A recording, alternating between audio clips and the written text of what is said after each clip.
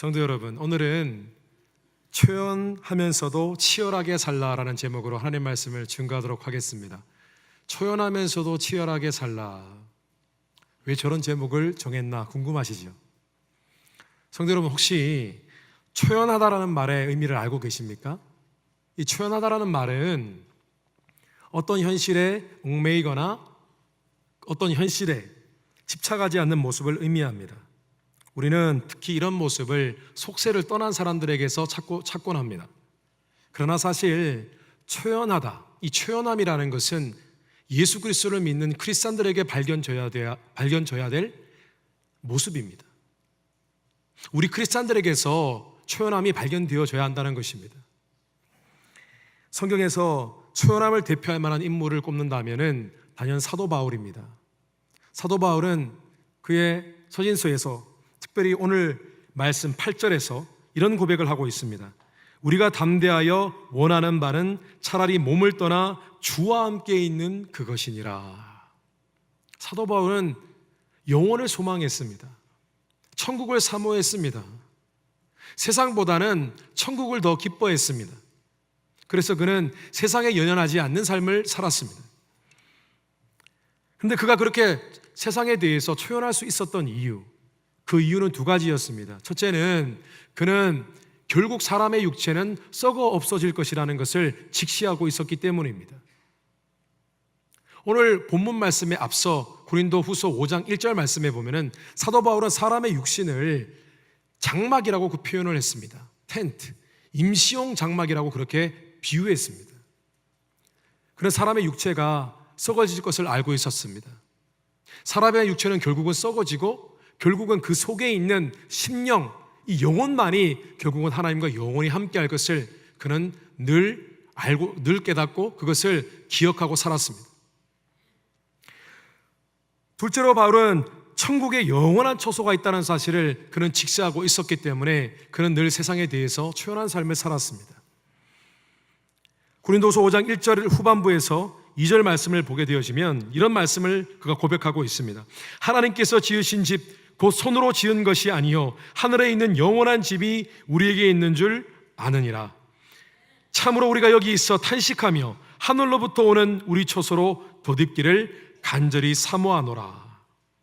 정말 바울은 천국과 영혼을 사모하는 사람이었습니다.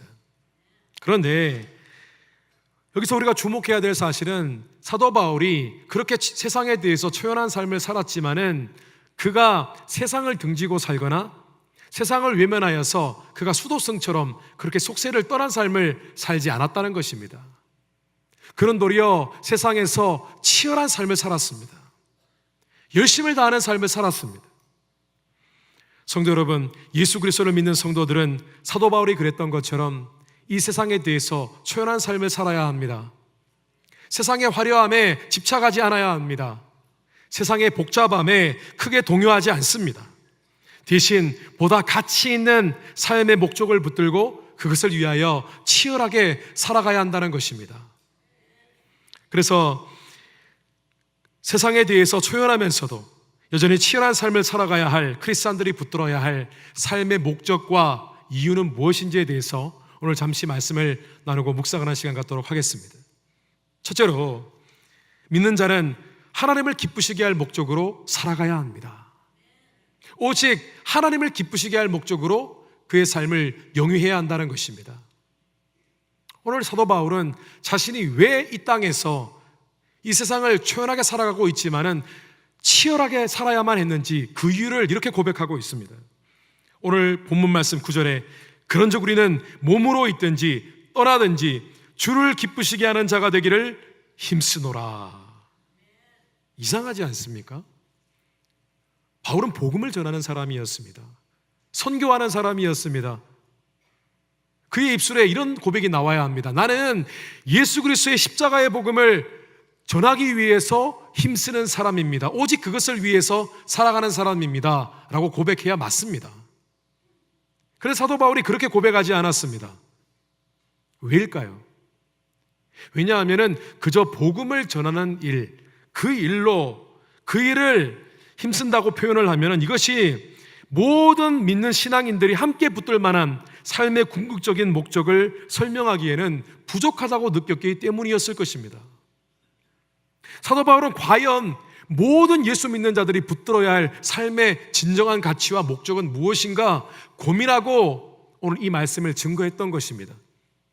그가 고민하고 또 고민했을 때에 내린 결론은 우리의 삶의 목적은 바로 하나님을 기쁘시게 하는 삶, 하나님을 웃게 만들어드리는 삶, 그 삶을 사는 것이다 라고 그렇게 결정하고 사도 바울은 실제로 그 목적을 이루기 위해서 치열한 삶을 살았던 것입니다. 오늘날 너무나 많은 크리스찬들이 크리스찬 영웅주의에 몸살을 앓고 있습니다. 성경에 나오는 많은 믿음의 선배들, 그들이 했던 헌신, 그 헌신을 바라보면서 나도 전도해야지, 나도 선교해야지, 나도 내 몸을 다 드려야지, 그렇게 또 다짐을 하고 또 다짐을 합니다. 나도 언젠가 때가 되면 하나님 일을 온전히 해야지 라고 매번 다짐을 합니다. 그런데 시간이 지날수록 온전히 그런 삶을 살지 못하는 자신을 발견하면 늘 자신에 대해서 실망하고 낙심합니다. 뿐만 아니라 시간이 지나면 지날수록, 신앙생활을 하면 할수록 마음 가운데 죄책감과 죄의식으로 가득하게 됩니다. 성도 여러분, 그런 높디 높은 너무 거창한 목표와 비전을 가슴에 품지 말고 그것으로 자신을 학대하지 말고 Pleasing God, 하나님을 기쁘시게 하는 삶의 목적으로 삼게 되시기를 주님의 이름으로 축원합니다. 하나님을 기쁘시게 하는 것이 무엇인가, 그 부분에 대해서 결론을 내리고 마음에 확신이 있다면 그것에 순종하십시오. 그런 작은 삶들이 하나하나 점철되어질 때에 우리의 삶은 결국 하나님께 연락되어지는 그런 삶이 되어지는 것입니다. 성도 여러분, 그런데 무엇보다 자신에게 이런 질문을 하기 시작하십시오. 주님이 정말 기뻐하실까? 주님이 기뻐하시는 일은 무엇일까?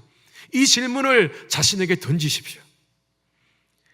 주님을 기쁘시게 할 것이 무엇인지 고민하고 질문하고 그것이 무엇인지 결론이 있으면 즉시로 그것에 순종하십시오.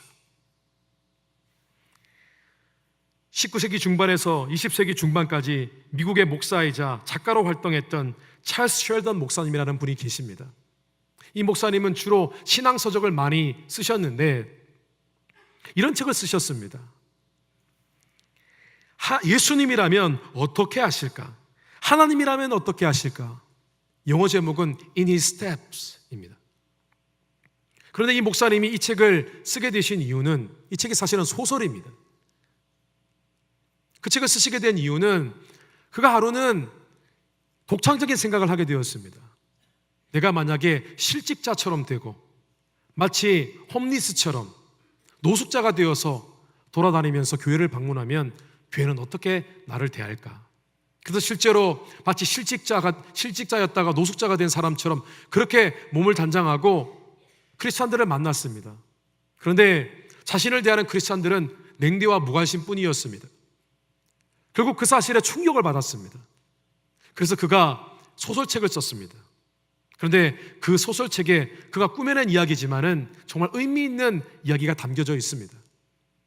그 소설책의 주인공은 맥스웰이라는 목사님인데, 이 목사님이 하루는 어떻게 하면 성도님들과 함께 정말 하나님이 기뻐하시는 귀한 삶을 살 수 있을까 고민하다가 하루는 주일날 예배 때에 목사님께서 광고를 하셨습니다. 성도 여러분, 이제부터 성도 여러분과 저, 하나님이 원하시는 것은 무엇일까? 하나님이 무엇을 원하실까? 라는 질문을 스스로에게 던지면서 1년만 함께 살아보면 좋겠습니다. 그리고 그 이후에 우리에게 어떤 변화가 있는지 지켜보면 좋겠습니다 라고 제안을 하였습니다. 그런데 그 소설책에 나오는 성도님들, 너무 귀한 성도님들이었습니다. 그런데 그 소설책의 성도님들이 우리 감사하는 게 성도님들 믿습니다. 그래서 이렇게 대답했다고 합니다. 그렇게 하겠습니다, 목사님. 그렇게 한번 살아보도록 하시죠. 그리고 그때부터 하나님이 원하시는 것은 무엇일까 고민하고 스스로에게 질문하며 살았는데, 그때부터 성도들의 개인의 삶에 놀라운 변화가 일어나기 시작했습니다. 신앙이 변화하고 삶이 변화하고 그들의 삶을 통하여 많은 사람들이 축복받는 그런 일들이 벌어졌다고 합니다. 성도 여러분, 이제부터 주님이 기뻐하실까? 어떻게 하면 주님이 더 기뻐하실까? 그 질문을 자신에게 던지며 살아가겠다고 결단하십시오. 오늘 시간 1년이 아니라도 한 달이라도 그렇게 한번 살아보십시오. 하나님께서 받으시는 그런 복된 삶 살게 되실 것입니다. 하나님 마음에 합한 사람이라고 일컬음을 받는 다윗이라는 왕, 우리가 너무나 잘 아는 사람입니다. 그런데 사실 따지고 보면은 다윗도 하나님을 기쁘시게 하는 삶을 추구했던 사람이었습니다. 그 사람이 장인 어른의 오해로 인해서 그는 아주 오랜 기간 동안 도망쳐 다녔습니다. 살해 위협에 시달렸습니다. 그런데 그에게도 두 번의 기회가 찾아왔습니다. 자신을 죽이려고 하는 그 사람을 죽일 수 있는 복수의 기회가 두 번이나 찾아왔습니다. 그래서 그때마다 그는 이렇게 고백했습니다. 하나님이 기름 부으신 자를 나는 손댈 수 없다라고 고백했습니다. 이 고백 속에 어떤 의미가 담겨 있습니까? 나는 하나님이 기뻐하시지 않는 일은 하지 않겠다라는 결단이 있었던 것입니다. 그런데 이 다윗이 결정적으로 하나님을 기쁘시게 한 사건이 있었습니다. 어느 날 다윗이 통일왕국을 건설한 뒤에 하루는 백향목으로 지어진 자신의 궁전을 거닐다가 마음에 그런 생각이 들어왔습니다. 난 이렇게 귀하고 아름답고 멋진 왕궁에 살고 있는데 언제나 옮겨다니는 성막 가운데 임재를 드러내시는 하나님, 그 하나님이 계실 곳은 없구나. 내가 이제 그 하나님이 영원히 머무실 성전을 지어야겠구나. 그런 소망을 품었습니다. 그리고 그 소망을 나단 선지자에게 고백을 하였습니다. 나단 선지자는 그것을 좋게 여겼습니다. 선하게 여겼습니다. 그런데 바로 그때에 하나님의 말씀이 나단 선지자에게 임합니다. 그리고 하나님께서 이렇게 말씀하십니다. 너는 성전을 지을 만한 사람이 아니다. 그리고 이어서 지금까지 나는 성막을 통해서 이리저리 옮겨 다녔다. 나는 누구에게도 백향목으로 내 집을 지어달라고 부탁한 적이 없다라고 말씀하셨습니다. 어떤 이 말씀을 묵상해 보면은 하나님께서 다윗의 소망을 거절하셨구나, 그렇게 오해하기 쉽습니다. 그러나 하나님께서는 다윗의 소망을 거절한 것이 아닙니다. 하나님께서는 그것을 기뻐하셨습니다. 실제로 나단 선지자에게 임한 하나님의 말씀 가운데 이 집 네가 지을 필요 없다라고 말씀하시고 이어서 다윗을 축복하실 때에 쓰여진 접속사가 바로 그러므로라는 접속사입니다. 그러므로라는 접속사의 용도가 무엇입니까? 앞의 내용과 뒤의 내용이 연결되어지는 그런 문장을 표현할 때 그러므로라는 단어를 사용합니다. 하나님께서 다윗에게 이런 말씀을 하고 계십니다. 그러므로 너는 내 종 다윗에게 전능한 나 여호와가 이렇게 말한다고 일러주어라. 내가 들에서 양을 치던 너를 택하여 내 백성 이스라엘의 통치자로 삼았고 또 내가 어디로 가든지 내가 너와 함께하여 내 앞에서 너의 모든 대적을 파멸시켰다. 앞으로 나는 내 이름을 세계에서 가장 유명한 사람의 이름처럼 높여주겠다. 너는 전쟁이 없는 태평세월을 누리고 내 자손들은 계속 이스라엘을 다스릴 것이다. 내가 죽어도 나는 내 아들 하나를 왕으로 세워 그의 나라를 견고하게 하겠다. 바로 그가 나를 위해 성전을 건축할 자이다. 그리고 나는 그의 나라가 영원히 지속되게 할 것이다. 나는 그의 아버지가 되고 그는 내 아들이 될 것이다. 만일 그가 범죄하면 나는 사람을 막대기와 채찍으로 사용하여 그를 벌하겠다. 그러나 내가 내 앞에서 제거한 사울에게서 내 자비를 거둔 것처럼 그에게서는 내 자비를 결코 거두지 않을 것이다. 하나님께서는 하나님을 기쁘시게 하고자 한 다윗을 놀랍게 축복하셨습니다. 사울 왕은 하나님과 멀어지자 하나님께서 내치셨습니다. 그래서 나를 흡족하게 하는 너 다윗의 가문은 내가 결코 그렇게 하지 않겠다, 버리지 않겠다고 하나님께서 약속하셨습니다. 결국 하나님께서는 다윗의 소망을 반대하신 것이 아니라 다윗의 그 하나님을 기쁘시게 하고자 하는 그 소망 앞에 하나님께서 놀라신 것입니다. 지금까지 나는 성막으로 이리저리 옮겨다니며 때로는 뜻하지 않은 곳에 그저 방치되기도 했다. 그러나 그렇다고 내게 집을 지어달라고 한 번도 구차하게 부탁해 본 적도 없다. 그럴 이유도 없었다. 그런데 다윗, 네가 그런 기특한 생각을 해내다니 정말 놀랍구나. 나는 이제 너를 축복하기를 원한다. 너의 삶을 내가 지켜줄 것이다. 너의 가문을 형통하게 할 것이다. 하나님께서 그렇게 기뻐하셨던 것입니다. 하나님께서 기쁨을 이기지 못하셨던 것입니다. 성도 여러분, 하나님을 슬프게 하는 자가 아니라 하나님을 기쁘게 하는 자들이 되십시오. 그런데 하나님을 그저 기쁘게 하는 자들이 아니라 하나님을 더욱더 기쁘게 하는 자들이 되십시오. 그런데 이제는 하나님을 더욱더 기쁘게 해드릴 뿐만 아니라 하나님을 놀라게 해드리는 그런 지혜로운 종들이 되시기를 주님의 이름으로 축원합니다. 둘째로 믿는 자는 특별히 자신의 육신을 오직 하나님을 기쁘시게 하는 도구로 사용할 목적으로 살기로 결단해야 합니다. 오늘 10절 말씀에 바울은 이런 고백을 하고 있습니다. 이는 우리가 다 반드시 그리스도의 심판대 앞에 나타내게 되어 각각 선악간에 그 몸으로 행한 것을 따라 받으려 함이라. 다윗은 하나님께서 우리에게 주신 이 육신, 이 육체의 비밀을 알고 있었습니다. 비록 이 육체가 결국은 썩어 없어져 소멸될 것이지만은 믿는 자가 이 육체를 하나님의 뜻 가운데 하나님을 기쁘시게 할 목적으로 마치 도구처럼 사용하여 드릴 때에 우리의 몸을 어떻게 사용하였는지에 따라서 하늘의 상급이 결정된다는 사실을 그는 알고 있었습니다. 그랬기에 그는 자신의 몸을 마치 소모품처럼 달아 없어지듯이 하나님을 위해서 쓰다가 그렇게 천국을 갔습니다. 실제로 신약 성경 말씀을 묵상해 보면은 사도 바울은 많은 부분에 있어서 자신의 육신을 마치 하나님의 도구로 달아 없어질 때까지 쓰다가 살아간 것, 그런 흔적을 발견하게 되어집니다. 골로새서 말씀에 사도 바울은 이런 고백을 하였습니다. 나는 이제 너희를 위하여 받는 괴로움을 기뻐하고 그리스도의 남은 고난을 그의 몸된 교회를 위하여 내 육체에 채우노라. 바울은 하나님을 섬길 때에 받는 그 고난을 자신의 육체에 채운다고 표현했습니다. 얼마나 극단적인 표현입니까? 어떻게 육체에 고난을 채운다는 표현을 하고 있습니까? 뿐만 아니라 사도 바울은 마지막 선교여행을 마치고 예루살렘으로 올라갈 때에 많은 선지자들이 그에게 핍박과 고난이 있고 죽음이 있을 것이다 라고 경고하였습니다. 그가 올라가는 것을 말렸습니다.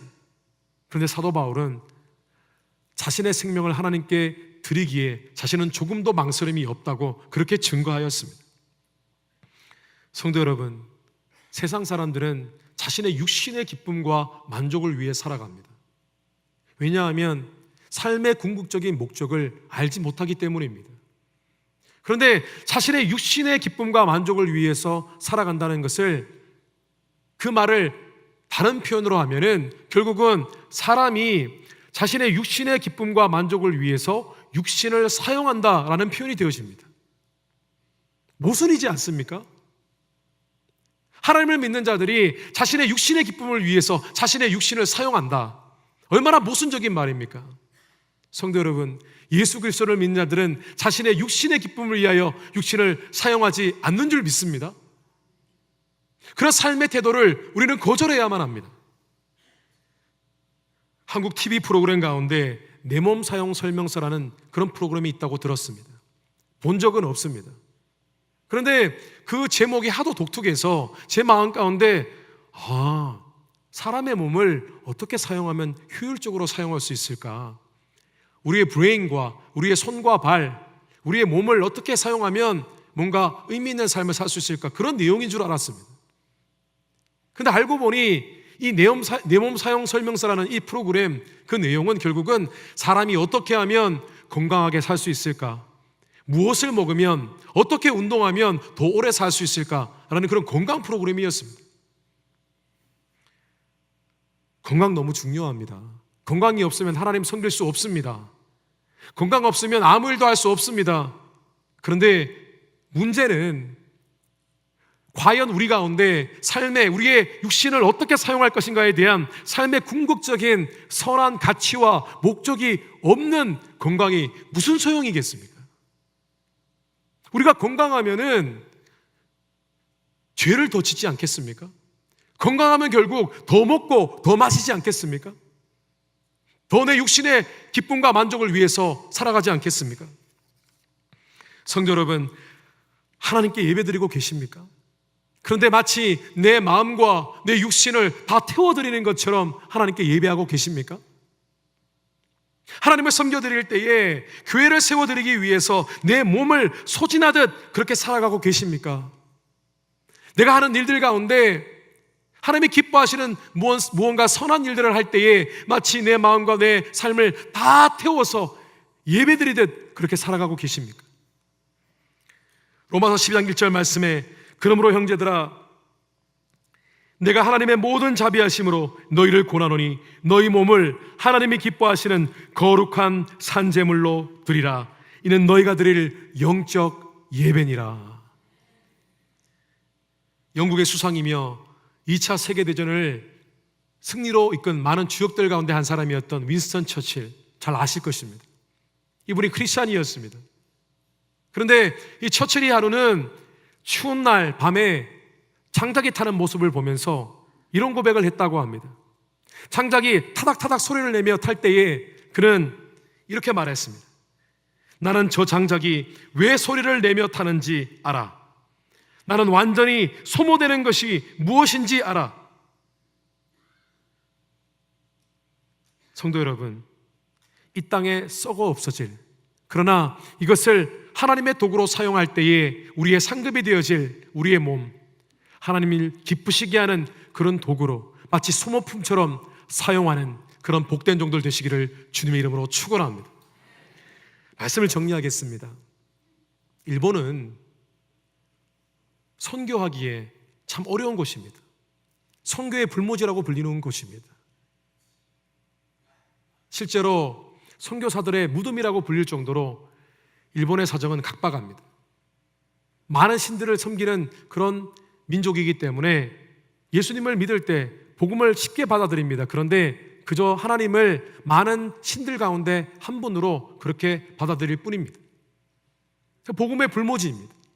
그런데 일본 민족의 그런 독특한 기질 때문에 그들이 일단 예수님을 진정으로 받아들이고 영접하게 되어지면은 그들의 삶은 정말 하나님을 온전히 믿고 순종하고 행함 있는 믿음을 살게 되어진다고 합니다. 그런데 인생 역정이라는 책을 쓴 미타니 야스토라는 사람, 그 사람도 그런 크리스찬이었습니다. 이 사람은 원래 직장, 일본의 굴지의 기업인 이 가네보라는 그런 기업에서 일반적인 사원으로 입사해서 결국은 그 회사의 그 기업의 회장이 된 그런 입지전적인 인물입니다. 그런데 이분이 1961년에 독실한 크리스찬이었던 아내의 전도로 복음을 받아들이게 되었습니다. 그리고 그때부터 본격적인 신앙생활을 시작을 하는데 그는 내가 예수님을 믿었기 때문에 예배에 집중해야 되겠다. 그런 마음이 들어서 날마다 예배를 드렸습니다. 회사에 출근하면 하나님 말씀 읽고 기도하는 삶을 하고 또한 회사에서 내어준 그런 사택에 있을 때에도 아침마다 아내와 함께 큰 소리로 찬송하면서 예배를 드렸다고 합니다. 그래서 어느 날 회사에서 통지가 날라왔습니다. 회사에서 공급하는 이 시설을 종교용으로 사용하지 말라는 경고장을 보낸 것입니다. 이 미타니 야스토는 마음 가운데 두려움이 찾아왔습니다. 자칫하다가 내가 실직되지는 않을까. 두려움이 찾아와서 이제는 내가 사택에서 예배를 드리는 것은 포기해야 되겠다. 그렇게 마음에 결정을 내렸습니다. 그런데 어느 날 말씀을 읽고 기도하는 가운데 갑자기 마음속에서 하나님의 음성이 들려왔습니다. 하나님께서 이렇게 말씀하시는 것입니다. 내가 나를 저버렸구나. 내가 내 뜻을 포기했구나. 그런데 그 음성을 듣는 순간 이 미타니는 마음 가운데 큰 회개가 임했습니다. 그래서 울었습니다. 울면서 하나님께 회개했습니다. 그리고 마음 가운데 이런 고백을 했다고 합니다. 주님, 제 힘으로는 아무것도 할 수 없습니다. 그러나 저는 주님이 원하시는 일을 멈추지 않겠습니다. 그리고 끝까지 자신의 신앙의 그 행로를 견지했다고 합니다. 그런데 회사에서는 아무 일도 일어나지 않았다고 합니다.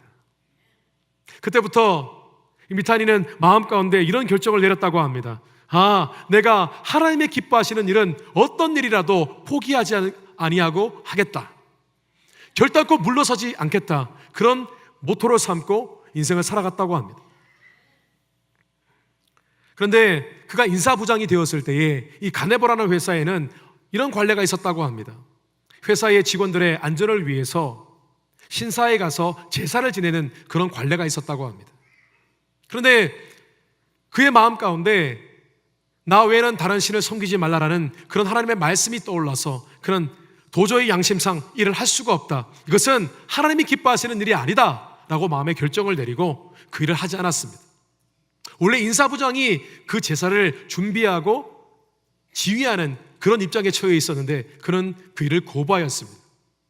그리고 또다시 회사로부터 통보를 받았습니다. 당신 회사를 다닐 것입니까? 아니면 당신의 종교적인 신앙을 지킬 것입니까? 둘 중에 하나를 선택하십시오 라고 또다시 경고를 받게 되었다고 합니다. 그런데 그때는 조금도 망설임 없이 그는 나는 하나님이 기뻐하시는 뜻을 따르고 순종하겠다 그렇게 결단을 하고 회사에 나는 그렇게 하지 않겠다라고 통보했다고 합니다. 그런데 또다시 회사에서는 아무 일도 일어나지 않았다고 합니다. 이후에 그는 자신의 신앙으로 인한 3번의 좌천과 다수의 불이익을 당했지만은 그는 끊임없이 성실함과 하나님이 기뻐하실 만한 그런 일들만 추구하며 살아가면서 회사를 위해 열심히 일했습니다. 그리고 결국은 그의 성실함을 인정받아 그는 결국은 이 가네보라는 회사의 회장직에 오르게 되었습니다. 그리고 그는 기업을 운영할 때에 그는 하나님이 기쁘시게 하는 일은 무엇인가 라는 그 모토로 세상을 사회에 기여하는 회사로 만들었다고 합니다.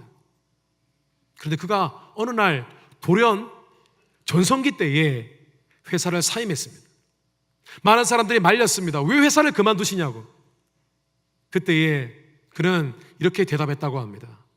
내가 회사를 그만두는 이유는 다른 이유가 아닙니다. 하나님을 기쁘시게 하는 지금 당장 하나님을 기쁘시게 하는 일은 내가 회사를 그만두고 이제는 복음을 전하는 일에 힘쓰는 것이 하나님이 기쁘시게 하는 일이 맞다고 그렇게 확신하고 있기 때문에 저는 이제 회사를 그만둡니다. 그리고 저는 이제 성경대학에 들어가서 입학하여서 신학을 공부하고 하나님의 복음을 전하는 사람이 되겠습니다. 그렇게 고백하고 회사를 떠났다고 합니다. 성도 여러분, 하나님을 기쁘시게 하면은 하나님을 기쁘시게 한 그 사람을 또한 하나님께서 기쁘게 만들어 주신 줄 믿습니다. 사도 바울은 에베소서에서 다음과 같은 말씀을 전했습니다. 주를 기쁘시게 할 것이 무엇인가 시험하여 보라. 주님을 기쁘시게 할 것인지 무엇인지 시험하여 보라 라는 말이 무슨 의미입니까? 하나님이 이것을 기뻐하실까 기뻐하지 않으실까 고민하고 연구하고 그 속에서 하나님이 기뻐하실 일들을 결단하고 하게 되어지면 하나님이 얼마나 기뻐하시는지를 스스로 드러내시겠다 그런 의미지 않습니까? 하나님 얼마나 기뻐하시는지를 화답해 주시겠다 그런 의미지 않습니까? 날마다 스스로에게 주님이 기뻐하실 일이 무엇일까 묻고 자신의 육신의 만족과 기쁨이 아니라 자신의 육신을 하나님의 도구로 믿고 그렇게 소모하고 소진하며 살아갈 때에 하나님께 크게 쓰임받고 또한 하나님이 주시는 큰 복을 누리는 삶을 살게 되시기를 주님 이름으로 축원합니다.